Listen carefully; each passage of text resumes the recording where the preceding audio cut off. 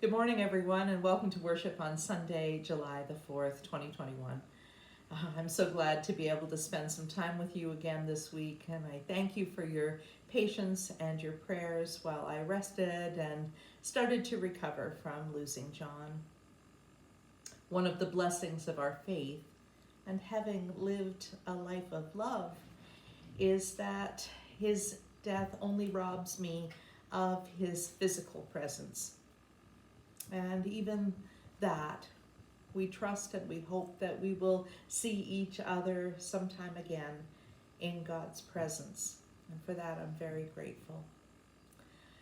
I'm picking up where we left off a few weeks ago, drawing to the conclusion of a teaching preaching series that I've called People You Should Know.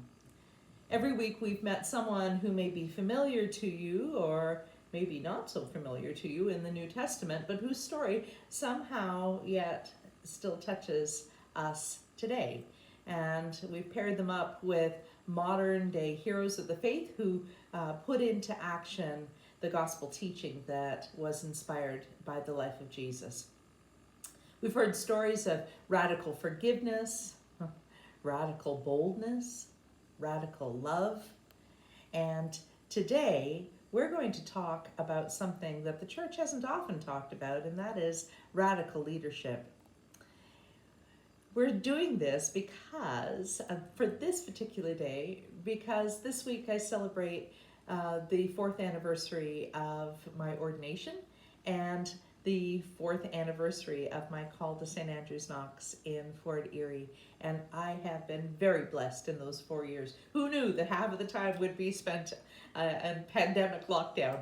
But I have been blessed indeed in this calling to the ministry. We're going to take a look at some radical women in the New Testament today, in the early church. This leadership shook up their world even in their day and time, and gives us confidence to continue shaking up our own world wherever we are today. So buckle up, friends. Let's find out what God has to say to us today as we worship Jesus together.